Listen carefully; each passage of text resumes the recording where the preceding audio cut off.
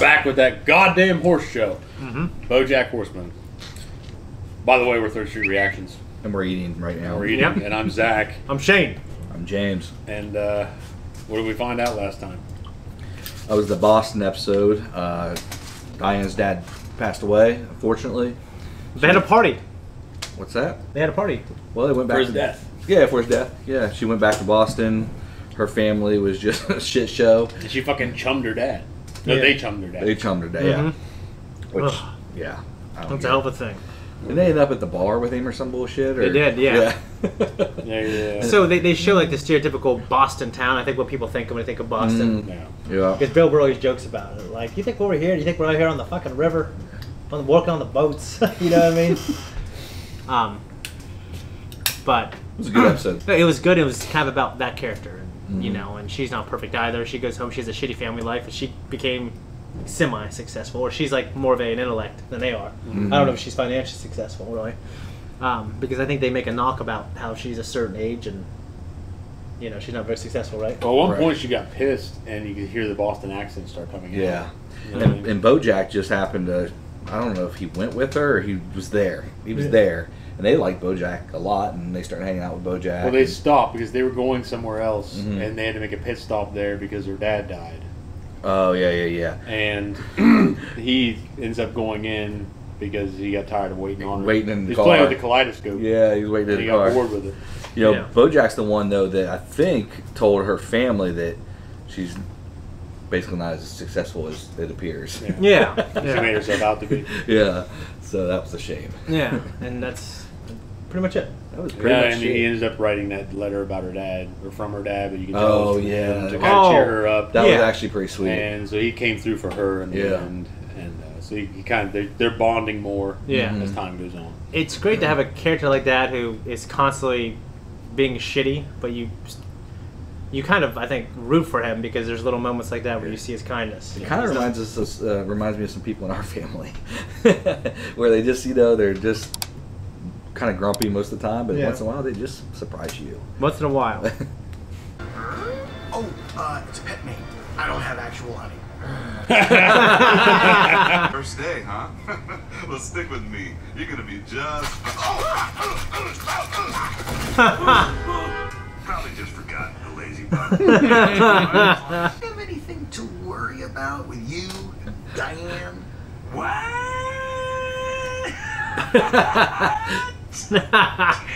It still disturbs me when I see him having sex with somebody. Because of his horse cock. It reminds me of some porn I saw when I was a teenager. Well, I can see that. What's the rush? Because I just bought the restaurant and we can stay as long as we want. Hey, you, I own you now. Do a dance.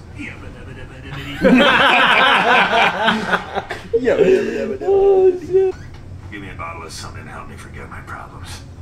Oh, maybe not that strong. Yeah, that's about right. Oh, absinthe is fucking terrible. Yeah, it's nasty, man. Did you see? Someone stole the D off the sign. Cough, cough, cough, cough, cough, cough, cough, cough, door slam. Just don't pursue her romantically? Deal. Ah, I knew I'd get that handshake. You got some great moves, Todd. You dance like a white man. I love it. No disrespect, but If that happened, I'd have to kill you.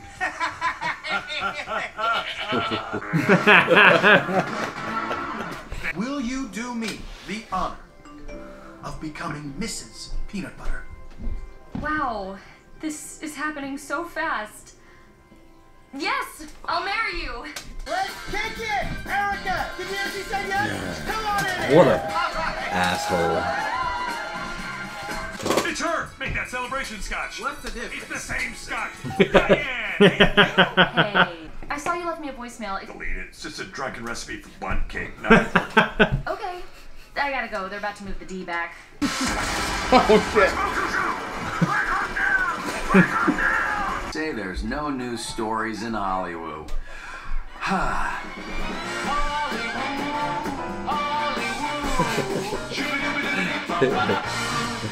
Guys, that was a reaction. Now we're going to break it down. That was one of the very best. enjoyable episodes. That was my favorite episode so far. That was damn good, and I definitely Didn't see. really deal with anything weird. I mean, other than the weirdness of prison culture. In the weirdness, Mr. Peanut Butter, but he's supposed to be weird. It's why it's entertaining. Well, he's not really weird. He's just fucking obnoxiously retarded. Yeah. He's terrible. No, I agree. That was one of my favorites. I laughed quite a bit, and there's a lot with the characters. Yeah. Yeah, it became alive. The engaging, the blossoming story of attraction between Diane and BoJack. Yeah. And Mr. Peanut Butter almost had a save. Almost. But it turns out he's still fucking it up. Yeah, but she's still, as of yet, still engaged, although albeit reluctantly. Yeah, she might have been in that position where she said yes because she actually felt like she meant it, and then it turned out to be not what she thought it was. Yeah. But she's kind of stuck in that circumstance because now she has to tell him how she really feels at some point. Yeah. Might be waiting to find out if she feels differently. Mm-hmm. Yeah, I don't think that's the end of that. I don't think they're just going to run off and get married and be happily ever after. I feel like there's more to that. But yeah, this was a really good episode, man. The characters really came alive. It was interesting seeing BoJack fall for Diane, and it's just, the parallels that I've experienced in my life. I think a lot of people have kind of been interested in someone and they're taken, or they're not interested because they're interested in someone else. Yeah. And then later on they come back, but you're with someone else. It's it's interesting. Mr. Peanut Butter too. I think he's obsessed with BoJack in a weird kind of way. Yeah. Because do you remember when Diane in the car said something to the effect of, you're always asking if it's BoJack calling. You're always asking what BoJack's doing. Yeah. Something weird going on there.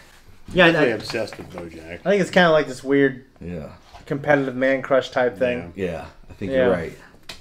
But so the weekend in Boston, or however long they were there, bonded Diane and BoJack, and they looked like they had really good chemistry. If you notice, when they were sitting in the restaurant, they were sitting on the bench and the booth, and Mr. Peanut was sitting on the chair, and he kept getting bumped into and stuff. Yes. If I was with a woman and I was just happened to be with another guy, that would never happen. I would never allow that to even happen. So for Mr. Peanut Butter to even allow that to happen, just weakness. Yeah.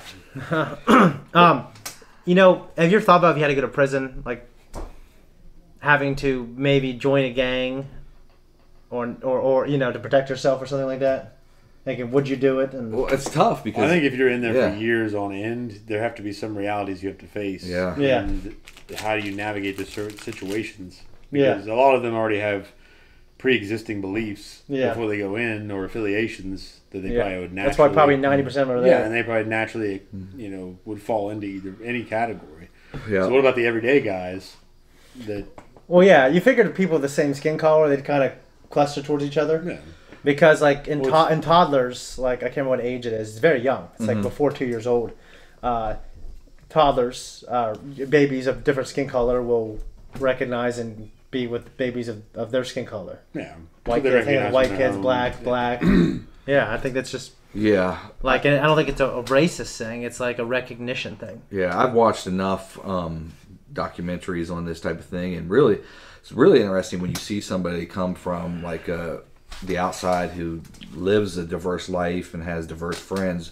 When they get to prison, a lot of times they're basically forced to side with the neo-Nazi gangs. If they're white. If they're white, because the gang, the black gangs, the Latin King gangs, they don't want anything to do with them.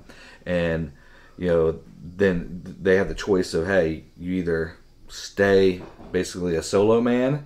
That way you're getting shit from all different sides. The white gang picks on you, the black gang, Latin King gang, all of them pick on you because you're just a solo man, right? Yeah.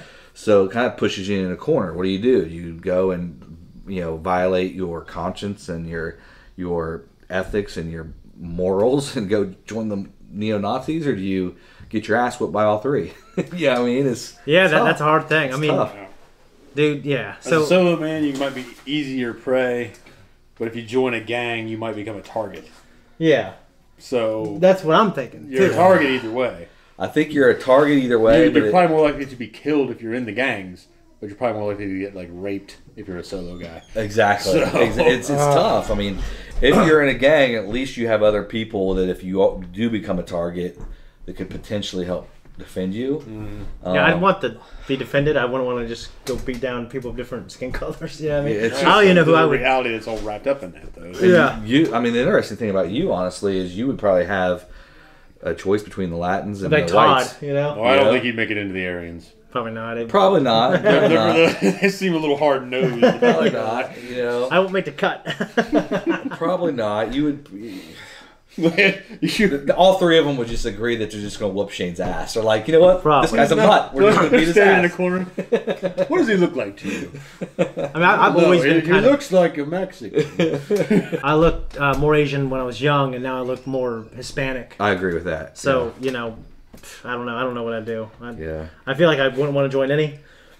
I know you guys haven't seen Prison Break. I love I that. just think those scenarios are just there's a lot of tension there for everyday people that have no business being involved in any of that because you don't know the ins and outs and how to act around people that have those kind of connections and that lifestyle. Yeah, so you go into a gang and you're like, well, now what the fuck do I do? And you do what you're told. Yeah, it's kind of like someone that joins the mob. Like once you join in thinking it's going to benefit you, like no, you're not going to make use of them. They're going to make use of you. Yeah, you're the low man on the totem pole. So yeah, there's a documentary where regular people go into jail, and basically their job in jail is to basically infiltrate it, and they tell the people in jail, hey, they're here to just do a documentary.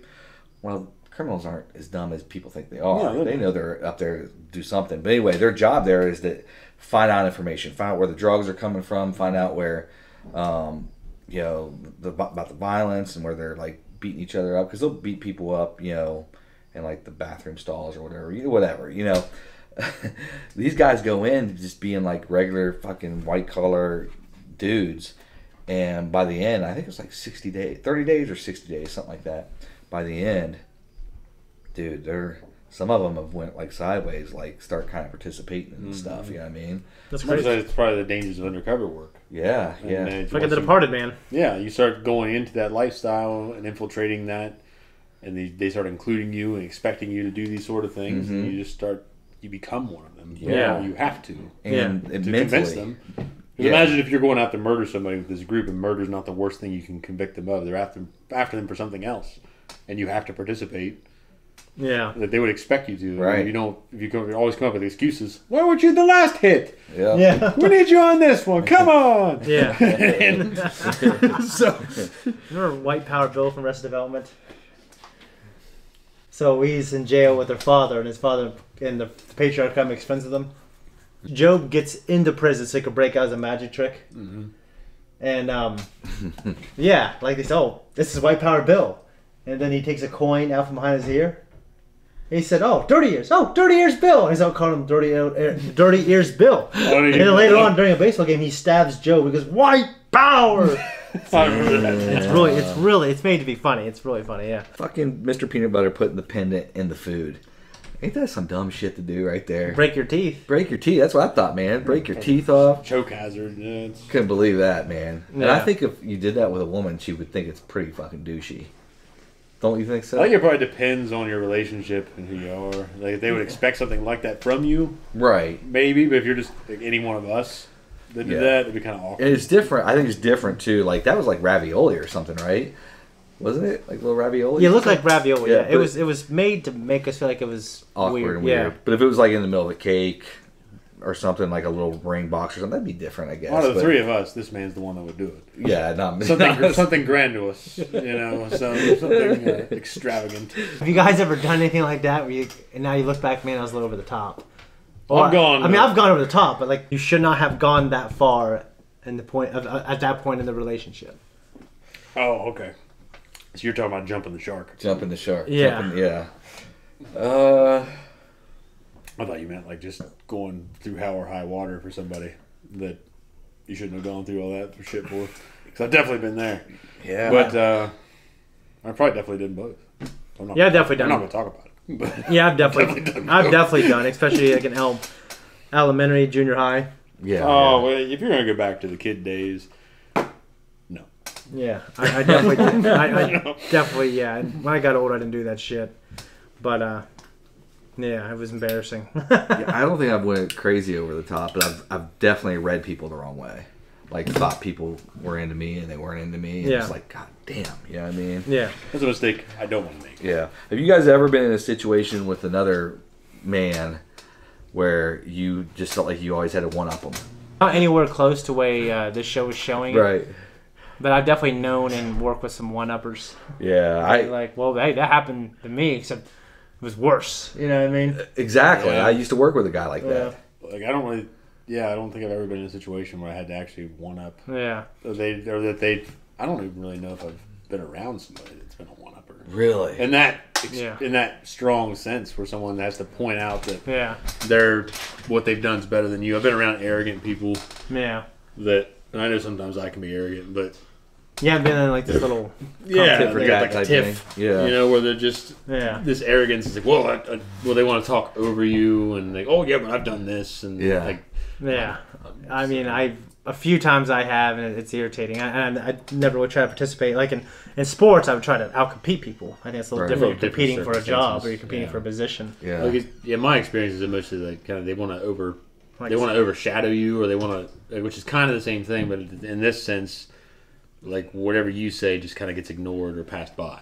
Yeah. Yeah. And that's those are the circumstances I've been in. Yeah, I worked with a guy that he tried to one up people in the most interesting way. Because most people, when you try to one up somebody else, I'd be like, hey, I went fishing the other day and I caught 5 fish, and the guy would be like, oh, I went and I caught 10 fish, right? Not this guy. This guy would be like, hey, I went hunting the other day and I killed a bear. I shot a bear. Yeah, it was a nice sized bear.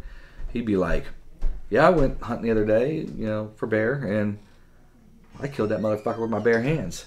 You know what I mean? Like that was the level of his story. Yeah, his story would be like by 100%. I'm the kind of guy who would just tell you the shitty story. Yeah. Because for one, it's just much funnier.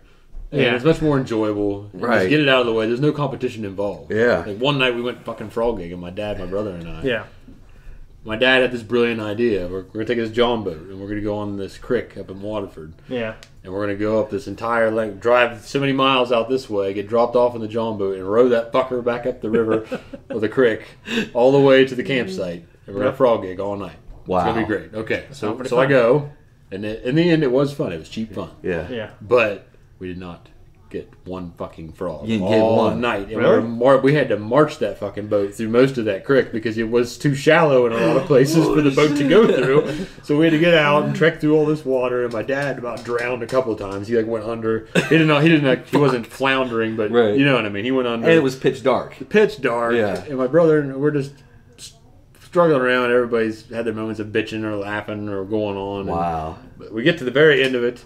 And there's one frog on the bank, and my brother was like, "Oh, there's a frog." I'm like, "Fuck that frog! We're getting out of here." We drug the fucking boat up over the bank and got out. Dude, but seriously, that guy, like those stories he would tell was literally like wrestling alligators, wrestling deer, like wrestling bears, shit that just did not happen. You know what I mean? That's Like, fucking ridiculous. He completely made it up, no doubt about it. There's this kid who was in like the special needs classes but he, and I'm sure that's hard. But I remember he was on the football team and everything else, and if you didn't know that about him, I think if you hung out with him for like a day, you probably just think he's weird. Right. You know what I mean? I remember he would say some crazy shit. He would say, "Yeah, I got hit by a bus this morning on the way to school. It ran over my head, and he had a cut on his head. Yeah, I ran it over, but just like it grazed it."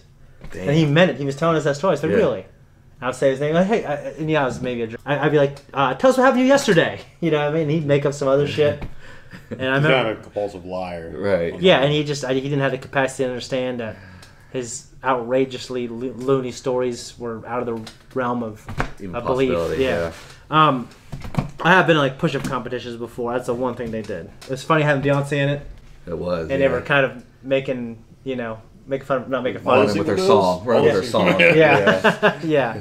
But yeah, that was cool. And it just had to be dollar bills. Did you have a song Dollar Bills or something? Or? There's all the single ladies. All the single ladies. Yeah. Or something? Yeah. Yeah, That was hilarious. and yeah, that's pretty much all I got. Yeah, it was really good. Like I think it might have been the best episode for me. Me too. That was probably the most.